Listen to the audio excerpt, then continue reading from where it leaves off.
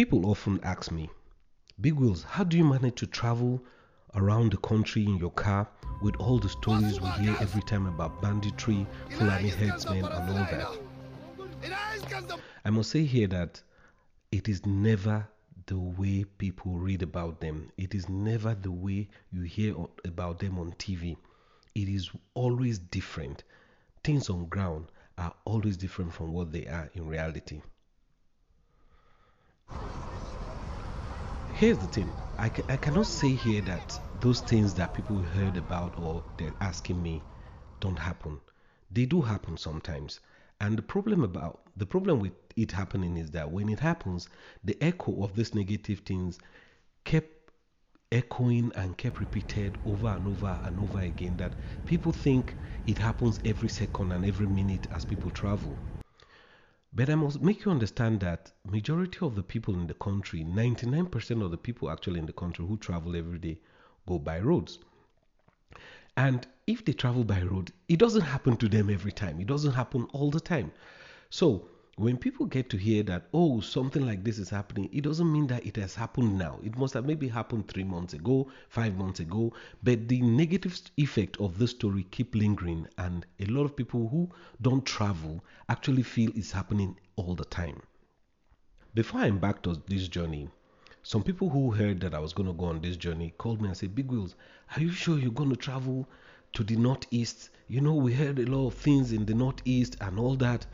Yes, their fear is being transmitted. They want to transmit their fears to me, but the truth is that I don't allow things like that bother me. One of the main reasons is this: these people who are trying to advise me have not done half of the journeys I've done in this country. So I know they don't know as much as I know, but I don't discard what they have said. I take it to heart and I let it be like that. One of the things that I do is this: I get in touch with commercial drivers who ply these routes, who take this route almost every day, and I ask them, how is this area? What route should I take? What do they think about these places? And whatever they tell me, I take it to heart, because one, they are the ones that actually traveled on this road almost every day. And if they tell you don't go by a certain time of the day, or don't go to this part of the country, when they tell you anything, you take it because they actually know a lot that you don't know. So I take their word seriously and I adhere to what they say. The only thing you notice mostly here is that you have loads of bikes and they all seem to be driving. You know, and these people who try to discourage me on this trip, they keep telling me, oh, they learn that in the Northeast there is banditry, there is that, there is this. Well, the truth is that some of these things that we are hearing till now actually happened time back.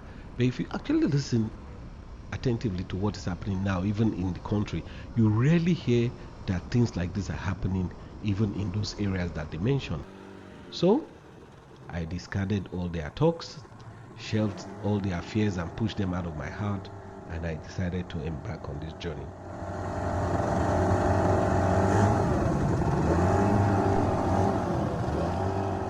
My trip to Gembu, I must say here that it is the safest I've ever felt traveling in Nigeria. This I say with all my heart. It is the safest I've ever felt traveling in Nigeria. You will not understand that, you could go on a trip and you're with people you have never met before.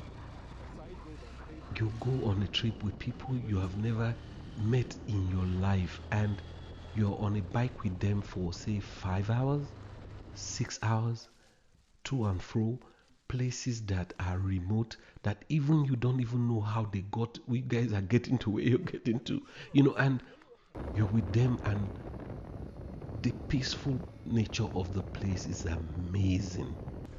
And you don't, do you imagine you're with people and you don't, that thought of something going wrong does not cross your mind even for a second.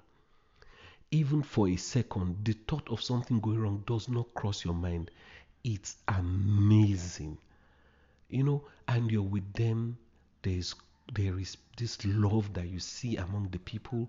They welcome you into their homes. It's just an amazing experience, I must say. You know, even one of our subscribers invited us to their house. They gave us food. Look, my trip to Gembu is one of the most safest and the most peaceful I have ever been on any trip in Nigeria. The people are lovely, they are kind. Someone may say I'm promoting that place too much, but the truth is that I'm just sharing my experience with you guys. It is an amazing place to be. It is an amazing place to be. You know, unlike some other places I've been to in this country, where, especially in the southern part of the country, where you actually think should be safe. You know, you kept hearing people tell you, please don't do this, don't point out your camera this way, don't go out at this time of the day. You know, somebody was kidnapped there yesterday, something happened to them last month there. You keep hearing negative thoughts, negative stories, you know. And here in the northeast here in Gembu, I ask people, so how is this place? How safe it is? They say it's safe. I say, do they have kidnapping? They say kidnapping, banditry. I say no, there's nothing like that here. They don't even know these things exist. Maybe it occurs once a while somewhere, you know, and particularly in this place, Gembu, it was an amazing experience that I had. And I must say this here, that in spite of the long and tiring journey to Gembu, it is a place I would like to call my home someday.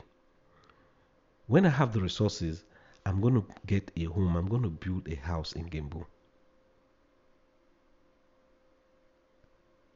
It's a place that is dear to my heart.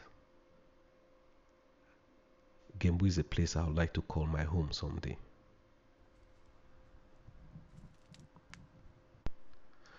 So guys, if this is the first time you're hearing my voice and you're watching my videos, or you just stumbled on my video, please it would be nice to have you as part of this family. I make content like this. I travel to places, show culture, people, interesting stories, things that are unique to these people. These are the kind of videos I want to make. Keep showing unique things that are found in different part of the country and every other place I'll be traveling to, you know. And if you like content like this, please do subscribe. Don't be left out. Be part of this family. Hit the bell icon so that you get notified anytime I put out a video. And if you have been watching my video, you've not subscribed to the channel, what are you waiting for? Please do subscribe. It will be nice to have you as part of this family. Alright, as they'll say in the Fulfulde language, Shejango.